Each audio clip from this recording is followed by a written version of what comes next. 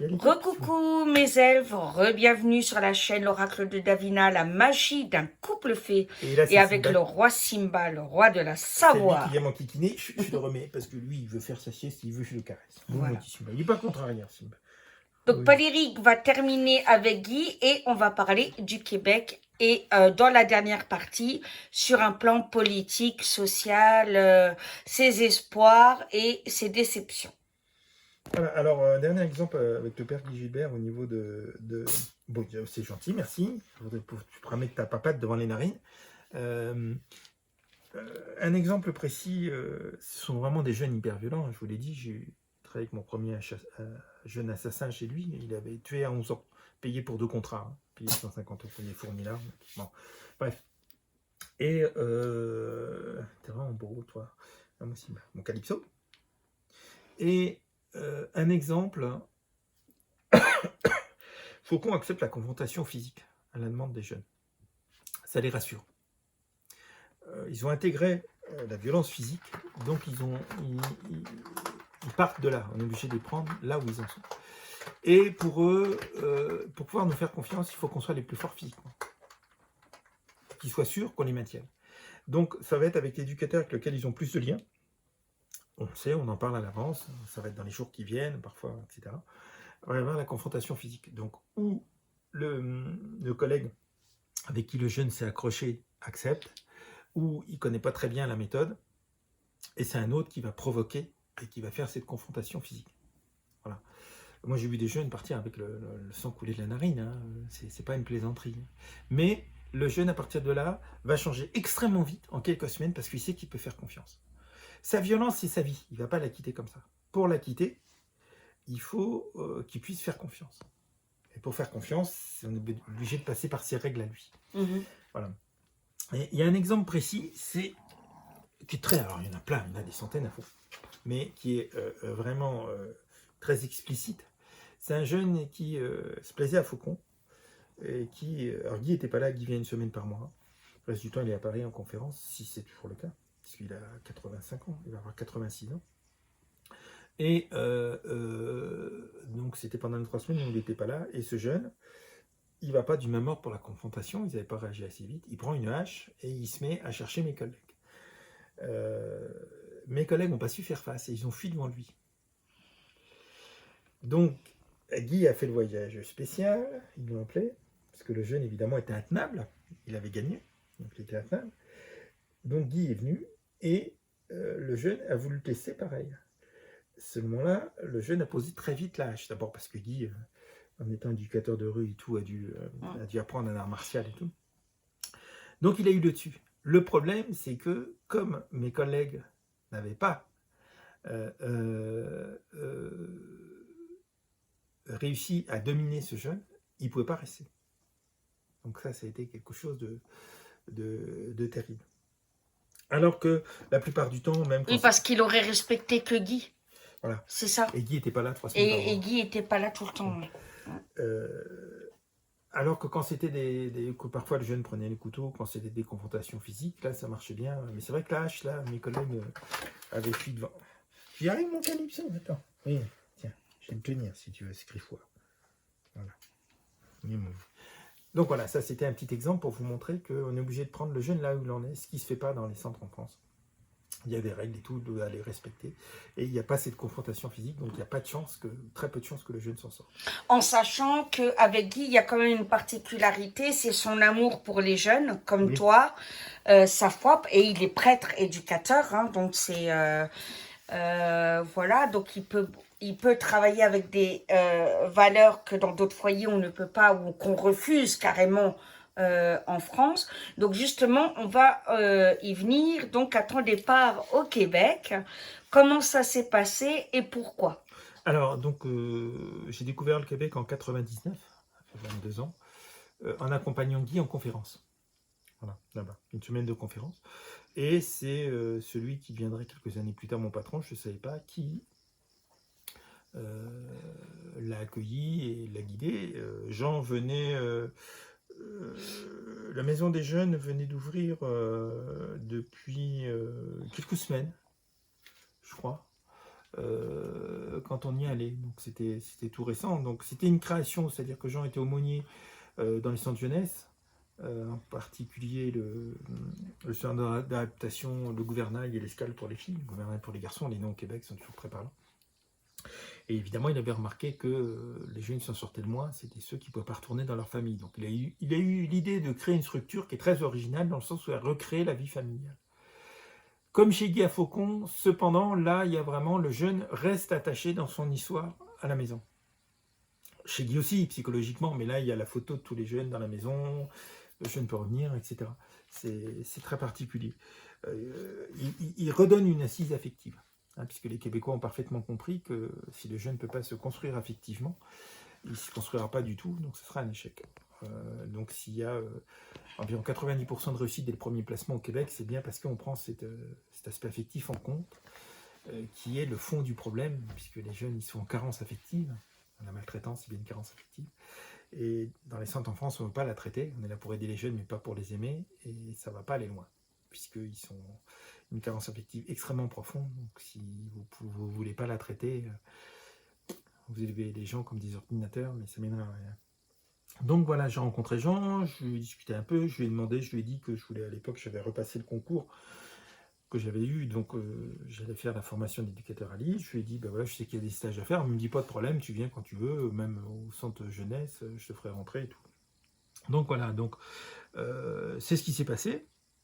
Maintenant, 2 ans après, j'ai commencé ma formation à Lille, et il y a eu très rapidement le premier stage que j'ai fait dans un secteur que je ne connaissais pas, le secteur du handicap physique, parce que c'était le plus court. Oui, mon Calypso, 2 mois, c'est 2 mois, 4 mois, 9 mois, et le petit stage en dehors du social d'1 mois. Oui, mon Calypso, viens. Et oui, mon Calypso. Bien Calypso. Mais oui, viens mon cow-boy. Oui, ce stage de 2 mois, donc je l'ai fait dans une structure très particulière, grâce à Guy. C'est quelqu'un que j'ai rencontré chez Guy, qui est toujours à Richebourg, qui est un institut privé. J'ai oublié le nom des fondateurs. Richebourg, c'est pas très loin de Versailles, c'est dans les Yvelines. Et c'est une structure qui a 3 centres.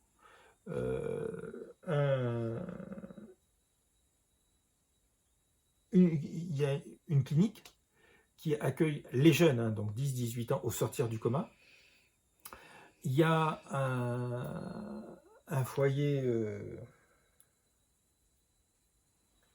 pour les... J'ai oublié le nom.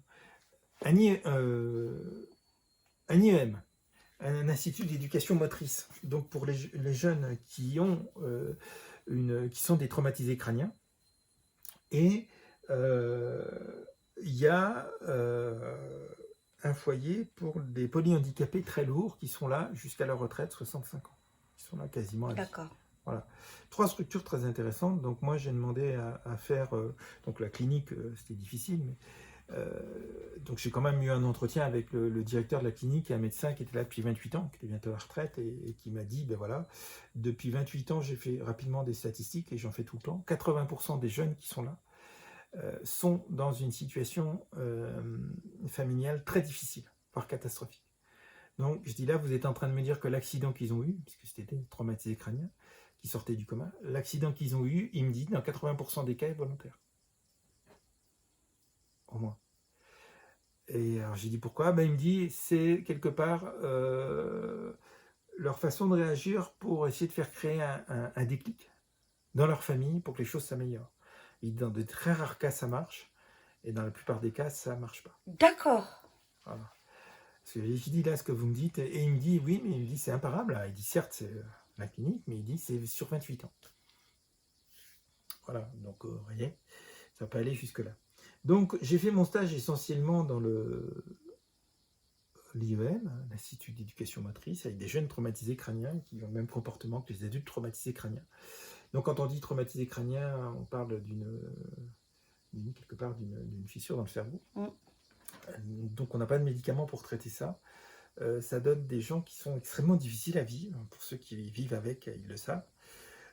Des gens qui sont irritables, irascibles, qui sont victimes d'agnosophie. Alors l'agnosophie, c'est l'incapacité à prendre conscience de son état, qui ont des difficultés à mémoriser de nouvelles choses, et qui sont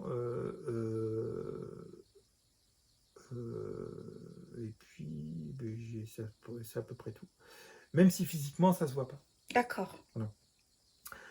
Donc cet institut travaille en lien avec l'hôpital Saint-Maurice en région parisienne, qui est spécialisé dans les enfants et les adolescents qui ont eu un accident. Il y a entre autres une réanimation et tout ce qui s'ensuit. Mais qui ont eu un accident grave. Voilà. Alors ça a été très riche, ils accueillaient une trentaine de jeunes, donc il y avait des classes et tout. Très difficile, des sautes d'humeur, des comportements que les jeunes ne comprennent pas. D'aspect extérieur, ils sont tout à fait normaux physiquement, d'aspect intérieur, ben oui, donc c'est très difficile. Et au moins ceux-là étaient scolarisés et tout, et on peut imaginer qu'ils aient en partie une vie à peu près normale. Voilà. Mais une vie, mais Simba, on ne mord pas Calypso, enfin. Et si je te dis... Donc voilà, Ah, pardon. c'est le seul stage Excuse-moi. que j'ai fait en dehors de la délinquance, la toxicomanie, etc.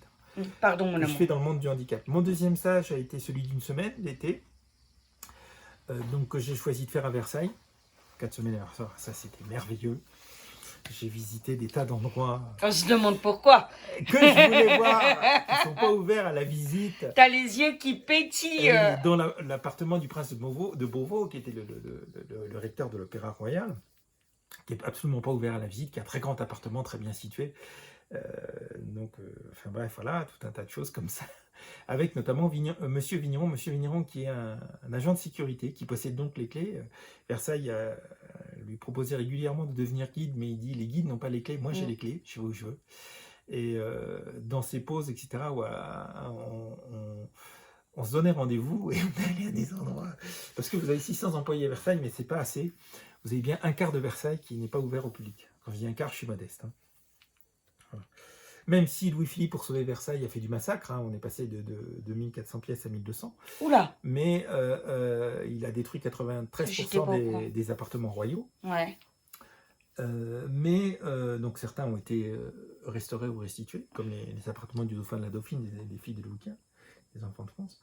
Mais dans l'ensemble, il y a beaucoup de pièces qui sont pas ouvertes au public, qui sont des salles du musée de l'histoire de France, etc. Alors là, j'ai une question. Parce que pour moi, qui le connaît bien, et forcément, je suis ton épouse, tu as une dualité de passion. C'est clair et net. Oui. Et j'en suis convaincue. Même si évidemment privilégier l'humain, ça c'est évidemment je fais la même chose de mon côté. Hein, D'ailleurs, ce serait rigolo que toi tu me fasses faire une interview aussi, ça changerait. Qu'est-ce qui fait, avec une telle connaissance que tu as de l'histoire et particulièrement de Versailles, quelqu'un comme toi se serait fait embaucher facilement, tu le sais. Pourquoi non? Parce que ma passion de l'humain est plus grande et parce que la société va suffisamment mal pour que j'estime que ce que j'ai pu apprendre intellectuellement et pratiquement, que je le mette au service des jeunes. Sinon, oui, je serais allé à Versailles. Ça, c'est clair. Et puis peut-être que le côté historique et tout ça est un apaisement. Moi, je le sens comme ça. Ah ben, reste peut-être quelque chose de... C'est forcément un apaisement parce qu'on sait d'où on vient. Voilà. Et c'est un apaisement parce que c'est beau. Versailles est magnifique. Hein. Ce que les Français oublient, c'est que Versailles était ouvert au public. C'est pas du tout comme le château des autres rois où c'est essentiellement la famille royale qui vivait exclusivement et les courtisans qui venaient pour des fêtes ou quelques courtisans qui venaient. D'ailleurs, les châteaux royaux vont se démocratiser grâce à Versailles. Versailles, c'est 4000 personnes en permanence, au minimum. Donc, il y a la famille royale, et puis il y a, côté cour, des appartements hyper petits où s'entassent les nobles qui ont le privilège de vivre à Versailles. Donc, c'est une cour permanente. C'est 4000 personnes qui y vivent, avec ceux qui entretiennent et tout. Pour les rois, c'est très clair, le palais appartient aussi bien aux rois qu'à ceux qui l'entretiennent. On travaille avec eux d'ailleurs. C'est très particulier Versailles. Mais également, la journée, ça peut monter à 7 000, 10 000 ou beaucoup plus, 20 000, parce que les châteaux royaux ont toujours été ouverts au public. C'est-à-dire que bien avant Louis XIV, quand le roi n'était pas là dans un château royal, tout le monde pouvait venir le visiter. D'ailleurs, c'est Philibien qui, en 1679, va faire le premier guide de Versailles. Voilà. Et donc, les gens sont bienvenus. Donc, Versailles contribue à créer beaucoup de choses, notamment des services de diligence réguliers, puisqu'on vient de Paris assister au repas du roi, voir le roi dans la galerie des glaces, etc. Donc, il y a des services de diligence, etc. Il y a tout un tas de choses. C'est le premier service d'éclairage au monde. Versailles, d'éclairage public, etc. Donc, c'est pas simplement qu'une nouvelle capitale qui a été copiée. Hein. Washington est directement inspiré, puisque le sergent L'Enfant, qui va dessiner les plans de Washington, s'inspire complètement de Versailles, qu'un Français, qui vont être repris en grande partie. Hein. Le Capitole, c'est l'emplacement du Grand Palais. La Maison Blanche, l'emplacement de Trianon, vous avez un canal qui n'est pas aussi long, et le croisement entre les deux lignes qui partent du cœur de ces deux édifices est symbolisé par l'obélisque, alors que là c'est le canal en croix à Versailles. Les dimensions sont respectées, il y a une patte d'oie devant le Capitole, comme devant le palais à Versailles. C'est vraiment extrêmement inspiré, les rues sont à angle droit. Alors Saint-Pétersbourg est totalement inspiré, la patte d'oie est devant l'Amirauté aussi. Même l'architecte de Brasilia revendique de s'être inspiré. Le palais de l'Escurial est inspiré, mais au lieu d'avoir une patte d'oie devant, c'est-à-dire 3 avenues qui forment une patte d'oie qui arrive, très symbolique, la Trinité, vous avez 13 avenues devant le palais de l'Escurial qui arrive.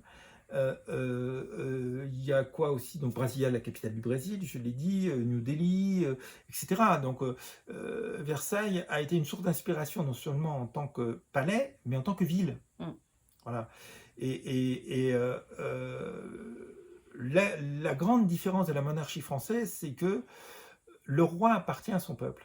Donc il naît, il vit, il meurt en public. Alors il naît pourquoi? Parce que très vite on a fait ça pour éviter les substitutions d'enfants. Seulement il faut savoir que lorsque le premier enfant de Louis XVI et Marie-Antoinette est né, Marie-Antoinette a failli mourir étouffée tellement il y avait de monde. Alors il faut quand même imaginer que la chambre de la reine, elle doit faire entre 300 et 400 mètres carrés. Donc Louis XVI va quand même, après ça, il va sauver Marie-Antoinette en ouvrant les fenêtres. Hein. Et non seulement c'est le roi, mais n'oubliez pas qu'il fait 1m93, donc quand il arrive, on s'écarte. Hein. Alors il devait faire, on dit il était gros, non, il devait faire 100-110 kilos, ce qui par rapport à la taille, il n'y a pas de surpoids. Forcément, oui. Il ne va pas faire 50 kilos. Hein. Pensez, le poids, on dit souvent que le bon poids se situe entre plus 10 kilos et moins 10 kilos du nombre de centimètres au-dessus du mètre. Voilà, c'est-à-dire que quelqu'un qui fait 1m50, le bon poids se situe entre 40 kg et 60. Voilà. Donc c'est ça. Donc Louis XVI, forcément, 1m93. Bon, en plus, ils ont des talons quand même, hein, de 3-4 cm. Donc vous imaginez, il est vraiment très grand. Et c'est lui qui va sauver Marie-Antoinette, l'empêcher d'étouffer en ouvrant les fenêtres. Ce qui fait qu'après Louis XVI, c'est la première fois, va limiter le nombre de personnes à l'accouchement à 75. Donc, mesdames, imaginez accoucher devant 75 personnes. Ce qui veut dire que la première fois qu'elle accouche, il y a des centaines de personnes dans la chambre. Non.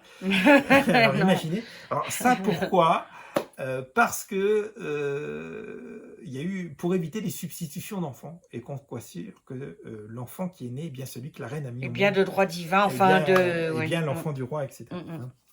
Voilà. Donc, tout le monde peut venir à Versailles. Il suffit d'avoir une épée qu'on peut louer pour quelques centimes à l'entrée, pour les hommes, et un chapeau. Donc vraiment, tout le monde peut venir, hein. Les gens riches, les gens pauvres, etc.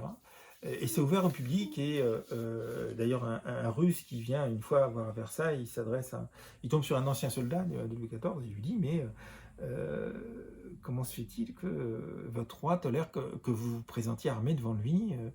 Nous, on ne peut pas se présenter devant le tsar dérive du mot César. Hein. On ne peut pas se présenter armé, on doit déposer toutes nos armes et tout. Et il lui a répondu, le français, peut-être que votre roi n'a pas confiance en son peuple, nous, notre roi a confiance en son peuple, et il veut qu'on se présente comme on est, c'est-à-dire habillé avec nos armes aussi. Voilà. Donc, du coup, vous pouviez louer une épée pour quelques centimes et un chapeau pour quelques centimes, parce que c'était ce qui était demandé aux hommes. Voilà. Mais n'importe qui pouvait venir. On ne pouvait pas parler au roi parce qu'il ne s'en serait pas sorti. Imaginez quand il faisait la galerie des glaces, qu'il se rendait à la chapelle, il aurait mis 3 jours. Mais on pouvait lui remettre un placet. Un placet est une demande particulière. Et quelqu'un comme Louis XIV était remarquable parce qu'on pouvait lui remettre 10, 20, 100, 200, 500 placets. Il lisait tout. Avec une grande attention. Voilà. Tout ce que son peuple demandait. Parfois, c'était des gens qui demandaient, Majesté, est-ce que vous pouvez prier pour telle chose, pour mon fils, pour etc. Il lisait absolument tout. Et avec une grande attention. C'était le moment, il était seul, il y avait son secrétaire, et un à un, il lisait tous les placés. Parfois, il faisait des annotations, des commentaires, s'il y avait une aide à accorder, etc. On ne voit pas un certain Pinocchio faire ça. Hein. Voilà. Mais Voilà. Louis XIV lisait absolument tous les placés. Voilà. Donc ça, c'était une parenthèse. Donc, une monarchie, le roi... Mais je vais faire des vidéos Versailles. Voilà. Appartient aux Français. Donc, Versailles, c'est à la fois le pouvoir, le lieu du pouvoir, c'est la capitale. Oh, petite Cléo. Et c'est également un lieu complètement ouvert au public. Donc, vous avez, s'il y a 4000 personnes qui vivent, vous avez bien, espéré, chaque jour, avec les gens qui viennent, peut-être le double. Donc, ça grouille. Mais ça, justement, pour les... Et ce qui fait que les châteaux ont toujours été ouverts au peuple, à tout le monde. Hein. Pour les jeunes, un éducateur autant passionné d'histoire et le raconter avec autant d'amour et tout, ça doit être génial. Ils ont dû adorer, que ce soit en France ou au Québec. Surtout que dans ces cas-là, plus que l'architecture, je vais leur raconter des petites anecdotes. Voilà, humaines. Donc forcément, ils vont adorer. Qu'est-ce que tu as préféré au Québec par rapport à la France, sur un plan social? Donc c'est mon 3e stage de 4 mois que je fais là-bas. Et là, au bout de 2 mois, on me propose, après la fin de ma formation, si je veux venir travailler dans l'établissement. Donc j'ai fait mon stage à 2 endroits, au centre de réadaptation de gouvernail, centre pour garçons, et où il y a des unités fermées, des unités ouvertes. Je vous rappelle qu'il n'y a plus de prison au Québec pour les mineurs depuis des années, qui sont mis en place et beaucoup plus efficaces, mais il y a des unités fermées, dites fermées. Des unités qui sont des unités de vie de 12, hein, chacun sa chambre, il y a la cuisine, il y a machin, donc voilà. Et il y a l'école sur place, limitée à 10, avec un instit et un éducateur, qui est là pour les cours. C'est l'éducateur qui s'occupe de la discipline. Piscine sur place, enfin tout, c'est assez, on n'imagine pas ça en France. Et j'ai fait mon stage également donc chez Jean, cette structure qui accueille les jeunes qui ne peuvent pas retourner chez eux, donc qui recrée la vie familiale. Donc lui, il y a à peu près une dizaine de jeunes, pas plus. Il y a beaucoup d'adultes aussi. Donc voilà, c'est assez intéressant. Donc là aussi, les jeunes font tout. Alors c'est une maison qui était passionnante en plus, une maison qui historiquement a une histoire, datée de 1875. Alors, c'est une maison des garçons de rue Châteauguay, à Québec, parce que c'est un ancien presbytère. Or, les presbytères au Québec, c'est des bâtiments qui ont une trentaine de pièces. D'accord. Pourquoi? Parce que quand l'évêque faisait le tour, n'oubliez pas que dans toute l'Amérique du Nord, il y avait un seul évêché au départ, qui était à Québec. Après, donc, pour tout le Québec, il y a un seul évêché. Maintenant, vous avez Montréal, Trois-Rivières, etc. Bon, mais il y a eu longtemps un seul évêché. Donc, l'évêque qui faisait le tour de ses paroisses, il ne pouvait pas se permettre de faire l'aller-retour dans la journée. Donc, il fallait qu'il puisse loger sur place et il venait jamais seul. Bien sûr. Voilà, parce qu'il y avait... Il y avait le cocher, il y avait tout un tas de choses. Donc, ils venaient au moins, ils étaient certainement entre 5 et 10 personnes. Donc, il fallait loger tous ces gens. Et puis, l'hiver, encore une fois, il n'était pas question que les gens dorment dehors. Donc, à l'improviste, il fallait loger les gens qui se trouvaient. Voilà. Donc, les presbytères sont passionnants parce qu'ils sont énormes. Ils sont tout en bois. Et celui-là de Québec, qui est un presbytère de quartier, hein. J'avais compté, c'est 27 pièces en dehors des salles de bain, des WC et des escaliers. Donc les lieux sont déjà mieux qu'en France. Au Les niveau lieux accueil. sont en bois, c'est une maison qui vit, c'est une maison spacieuse, qui est grande, il y a un grand terrain. Il y a vraiment un grand terrain, donc c'est... En plus, vous avez une buanderie, vous avez des pièces de réserve. Donc c'est vrai que c'est vraiment énorme. D'ailleurs, j'aurais pu avoir mon petit F1, hein, j'en me le proposais. J'avais 2 pièces pour moi, 2 grandes pièces. Ça fait bien 30 mètres carrés. Donc c'est voilà. Tellement c'est grand, hein. Donc voilà. Et c'est organisé autrement. Donc pour en terminer, il m'a proposé au bout de 2 mois de travailler. Et j'ai eu un petit prix, un coup de soleil, parce que j'avais mon investissement et la façon dont j'étais passé près des jeunes. Voilà. Donc la maison remet des coups de soleil comme ça à certaines personnes. Et moi, en tant que stagiaire, j'avais eu mon coup de soleil. Qu'est-ce qu'un coup de soleil au Québec? Un coup de soleil chez Jean. Chez Jean. Au Québec, on valorise les gens toujours. Et on leur dit ce qui ne va pas, mais on valorise également.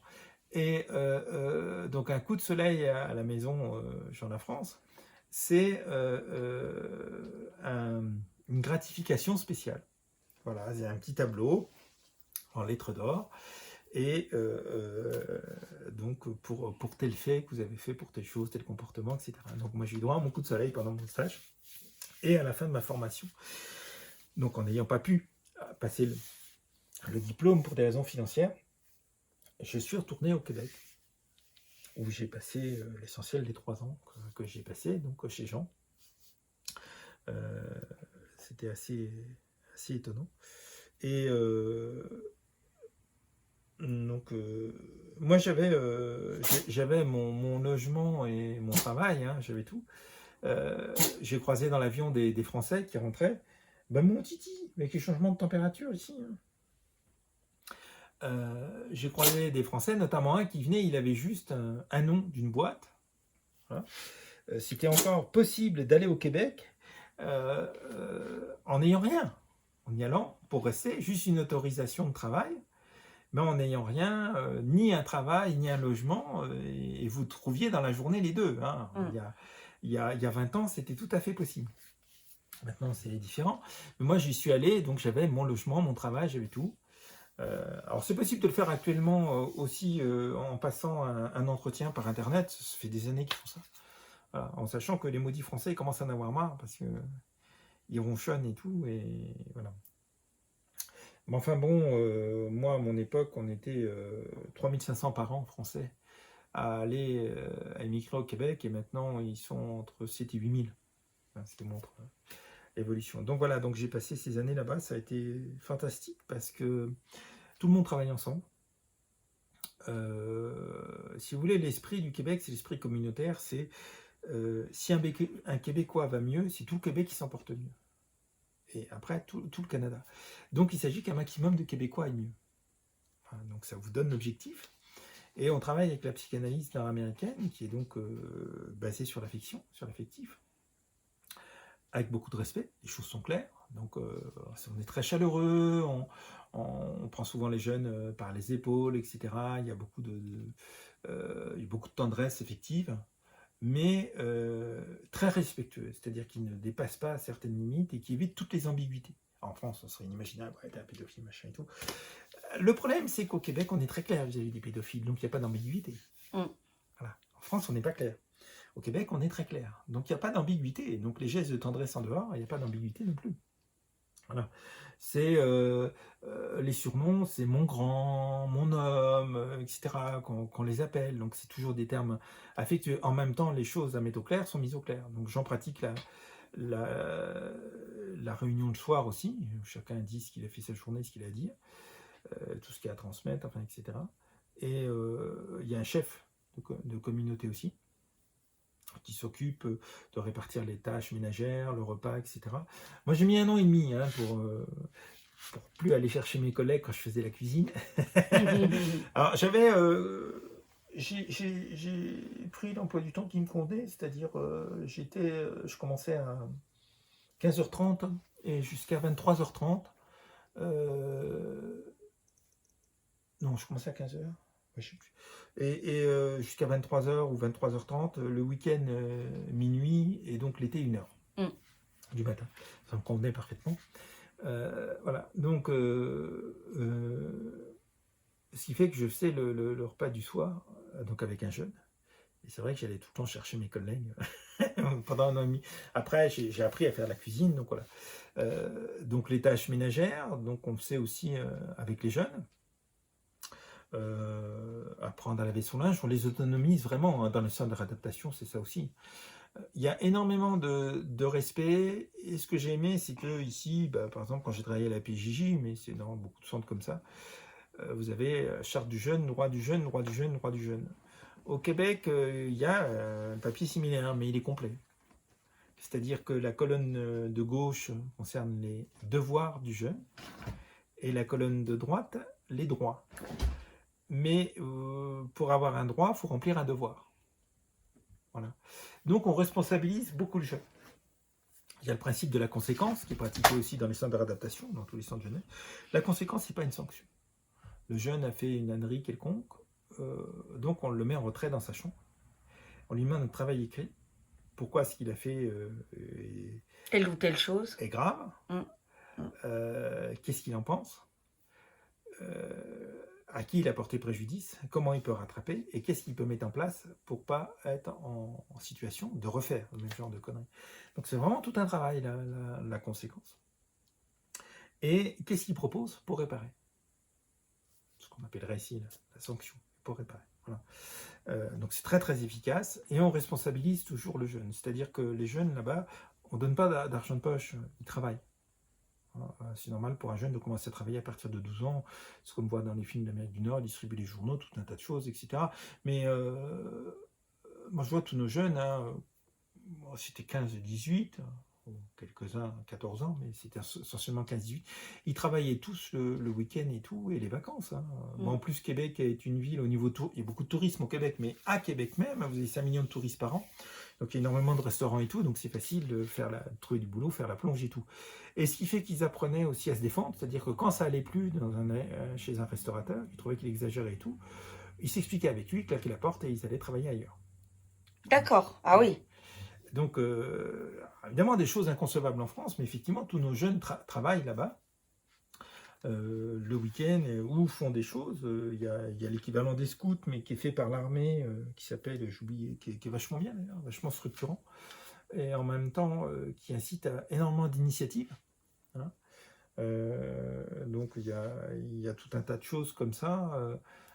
Donc c'était particulièrement intéressant. Les responsabiliser aussi dans leur tenue de chambre, dans faire leur linge, etc. Le respect des autres, la cuisine, etc. Le bénévolat, c'est-à-dire qu'au Québec, on dit, ben voilà, c'est le Québec qui paye. Tu as tout ça, mais c'est le Québec qui paye. Donc, il faut que tu rentres un moment au Québec. Donc, ils font du bénévolat. Il se trouve que Jean, bien avant d'avoir créé les maisons, avait créé Magasin Partage, hein, qui a été repris à Montréal, qui porte le même nom, mais qui n'est pas fait par lui, bon, il n'a rien dit, qui est peut-être repris dans d'autres villes. Magasin Partage, c'est simple, on récupère des tas d'aliments et tout au moment de Noël.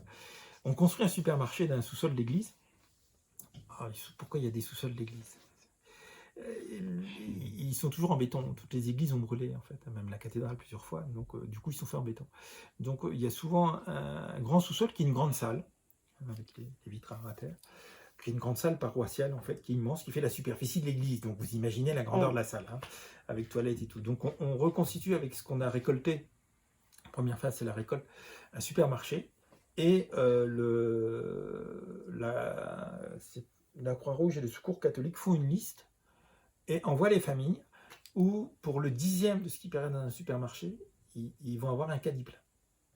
Voilà. C'est-à-dire qu'au lieu de payer un caddie de course 90 €, là, ils vont le payer 9 €.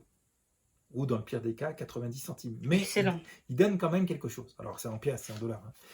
Voilà. Et donc, voilà, on travaille avec eux, on les attend, on leur donne un rendez-vous et on les accompagne. Donc, les jeunes travaillent pour la récolte, faire le porte-à-porte, récupérer des choses, distribuer, magasin partage, c'est connu maintenant dans le Québec. Surtout que les médias, ça fait des années que les médias soutiennent Jean, etc. Donc, c'est tellement une bonne idée, je lui dis que c'était repris à Montréal. Et puis après, il faut tout entasser, tout sélectionner les produits. Donc, c'est un supermarché, donc il faut remplir les rayons. Etc. Il y a les caisses, il y a machin, il faut répondre aux demandes des gens, il faut les accueillir. Et les jeunes participent pleinement à ça. En dehors de l'école et tout, parce qu'on commence avant Noël, c'est pas encore les vacances. Quand c'est les vacances, ils y sont en principe au moins une demi-journée, mais quand c'est l'école, ils viennent après l'école, Mm. ou pendant leurs heures de pause. Donc il y a toute une organisation, il y a etc. Moi, quand j'ai organisé les séjours des Québécois en France, hein, le dernier, c'était génial. Le dernier, 28, on était 28, 23 jours en France et en Europe. Il y a une partie donc, qui était en Bosnie-Herzégovine, on a été dans des camps de réfugiés, etc. On a amené de la nourriture, donc on l'a récolté avant, des lits, des machins, des trucs qu'on a fait aller. Donc dès qu'on montait ça, alors c'est intéressant parce que dès qu'on montait ça, on s'y prend un ordre. Ce qui veut dire que déjà... Donc, alors, là aussi, c'est inconcevable en France. C'était une PPP, genre, partenariat public-privé. Il a créé une structure qui n'existait pas. Donc, l'État a trouvé forcément ça intéressant. Donc, il s'est associé tout de suite. Ce qui fait qu'une partie de mes collègues, Jean en particulier, j'avais un collègue, au moins un collègue à la maison, puis à la maison des filles, au moins une aussi, qui était fonctionnaire, qui était payé par l'État. Le reste, on était payé par le privé. Alors, le privé, c'est quoi? C'était les dons. Donc c'était l'équivalent d'Auchan ou de Leclerc qui s'appelle Maxi, qui a des supermarchés dans tout le Québec et même au Canada et aux États-Unis. Donc on allait chercher toutes les semaines de la viande, des machins, des trucs, qui nous donnaient de l'argent aussi.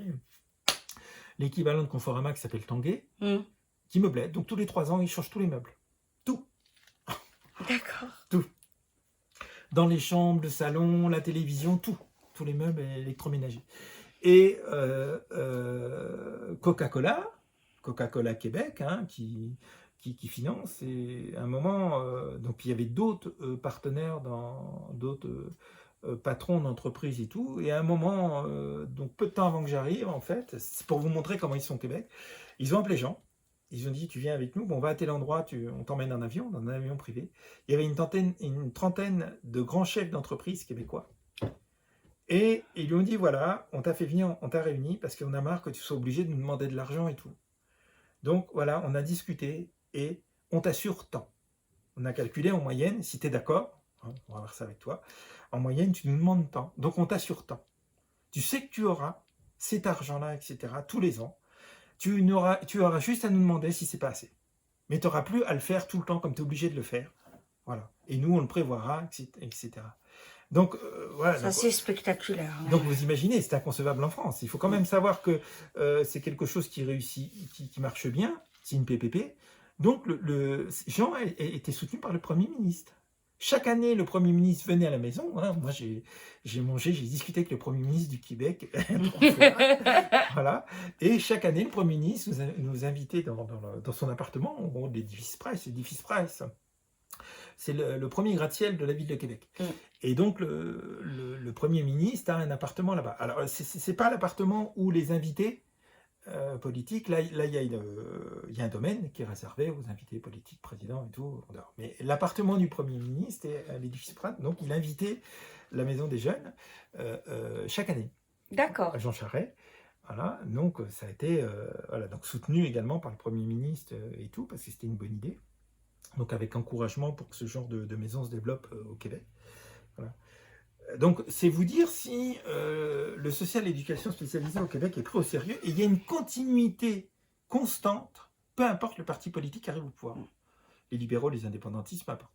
Il y a une continuité constante, par ce principe communautaire. Avec un Québécois va mieux, tout Québec s'en sort mieux. Et par le fait qu'ils ont parfaitement compris que si un jeune ne peut pas se construire affectivement, ben, il ne donnera rien. Donc il doit se construire affectivement. D'où la loi en 2000. Je venais de partir du Québec. C'est toi qui est passé, qui a même fait grincer des dents là-bas, qui est inenvisageable en France, qui veut que y en a marre que les jeunes fassent 3 semaines chez eux, 15 jours en centre ou l'inverse. Donc ce système-là, ça peut marcher 1 an. Les parents ont 1 an pour prendre conscience qu'il y a un problème. Et soit ils sont de bonne volonté, alors là c'est une chance, et ils peuvent avoir une 2e année, donc aller voir thérapeute et tout, vraiment une amélioration. Soit ça ne marche pas et ils ne sont pas de bonne volonté, et les enfants leur sortiraient définitivement, droits parentaux et tout, et confiés à des familles d'accueil adoptive qui, dans quasiment 100% des cas, vont adopter le jeune. Mais il doit pouvoir se construire effectivement pour réussir. Voilà. Donc loi inenvisageable en France. Donc voyez un petit peu le fonctionnement, la réussite et tout, et la responsabilisation.